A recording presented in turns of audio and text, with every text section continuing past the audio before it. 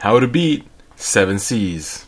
Now 7 Seas is a deck that's been topping all over the world ever since GP206 dropped, as it is arguably the strongest Grand Blue build due to having one of the strongest mid games in the entire game right now. 7 Seas has a lot of really good combo units like Slash Shade, Nightcrow, and there's the fact that you can break ride from Night Mist into something like Plegaton and Stride in the same turn, which really adds to the deck.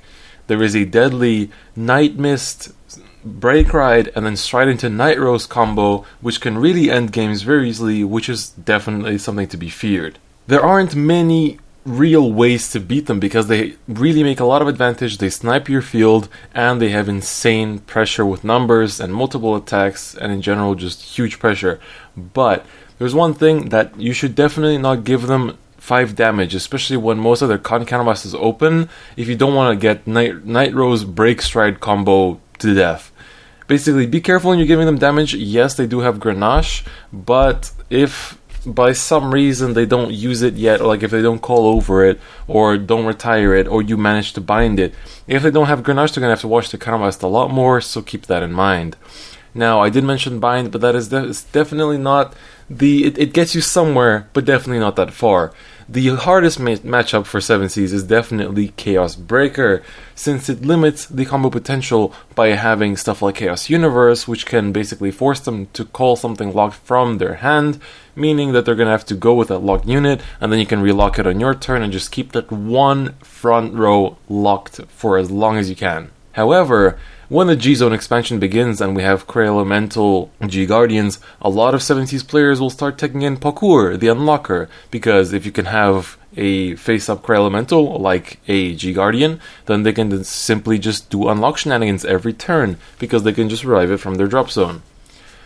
The one piece of advice that everybody will tell you when facing 7 Seas or Grand Blue in general is go face. As we all know, Grand Blue revives their rear guards, drop zone is their second hand, and if you go for the rear guards, they're just gonna come back. So, especially don't go for stuff like Slash Shade, because it can revive itself. So, it's definitely not a good idea. If you do retire rear guards, it's better not to retire the ones that have effects from the drop zone. There are some decks that definitely have an edge over 7 Seas apart from Chaos. So there is the Blaster deck, so either Sanctuary Blaster or Thing Blaster.